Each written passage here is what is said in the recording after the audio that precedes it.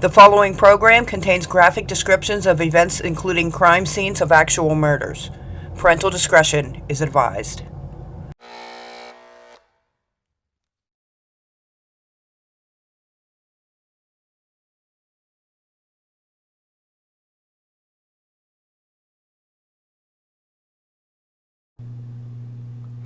On January 6, 2010, Hernandez entered the 2010 NFL Draft. During the NFL scouting, he tore a muscle in his back. He was unable to do the drills, but during Florida's Pro Day, he was able to perform all the drills.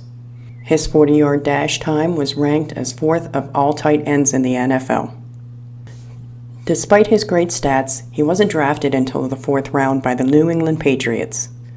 Other teams didn't pick him because he was a problem. His pre-draft report stated he had the lowest score in social maturity because of his failed drug test in college. Hernandez felt it necessary to write letters to all of the NFL teams and request that if he is drafted by them, he would be willing to do weekly drug tests. Then, on June 8, 2010, the Patriots signed Hernandez for 4 years at $2.37 million and a signing bonus of $200,000. His contract also stated he would have to walk a straight line. During the entire 2010 season, Hernandez only missed 2 games due to a hip injury. He finished the season. In February of 2011, he had hip surgery. Shortly after training camp started, Hernandez slipped back into his old ways. It was reported that $50,000 of Hernandez's money was used in a marijuana purchase.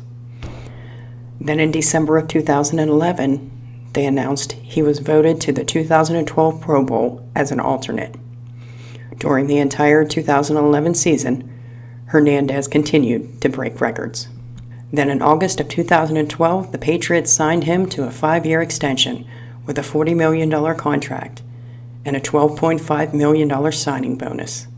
That was the largest recorded signing bonus for a tight end in the NFL history. Hernandez's last NFL appearance was the 2012 AFC Championship game. That was on January 20th of 2013.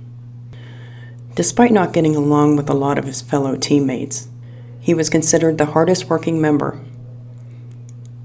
He was also considered to be unhinged, and the coach threatened to throw him off the team at one point. After his arrest, it was very difficult for team members to discuss Hernandez at all. After Aaron's death, a high school teammate and lover said that the worst thing the NFL has ever done was for the Patriots to draft Aaron Hernandez. He said this because he felt it would give Aaron easier access to his old criminal friends. In 2012, fits of rage and paranoia were starting to set in. He had problems, especially in nightclubs. He always was looking for a fight. He even had a secret apartment where he kept his weapons and used drugs. In 2007, Hernandez was facing felony battery charges for rupturing the eardrum of a restaurant owner after he confronted him for walking out without paying the bill. This case was settled out of court.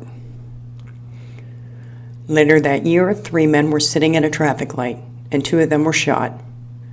The shooter was identified as Aaron Hernandez. They called his coach to demand he come to the police station. 4 hours later, he showed up. Hernandez refused to cooperate and even asked for an attorney. When they first walked into the interview room, Hernandez was asleep. At the end of the day, he was not charged because of a reinvestigation in 2013.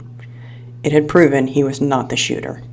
However, on April 30th, 2011, police were called to Hernandez's rented townhouse about a fight.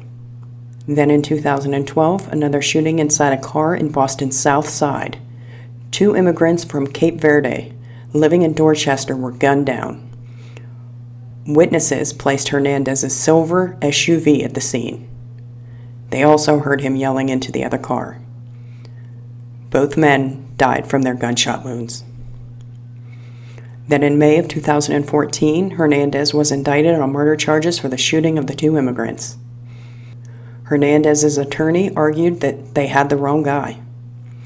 The prosecution argued that this whole incident started over someone spilling a drink on Hernandez in a club earlier that evening. Hernandez was seen on the club surveillance video. There was also no physical evidence tying Hernandez to these murders. On April 14, 2017, Aaron Hernandez was acquitted of the murders. After the trial, Hernandez traveled to California with his fiancée and young daughter to have shoulder surgery. The police were called on him twice in a week by his fiancée. Police determined at that time she nor the child were in danger and never searched the home. Hernandez's own brother DJ told police about the guns and the drugs in the rented apartment. DJ later found Aaron alone on the roof with a gun to his face.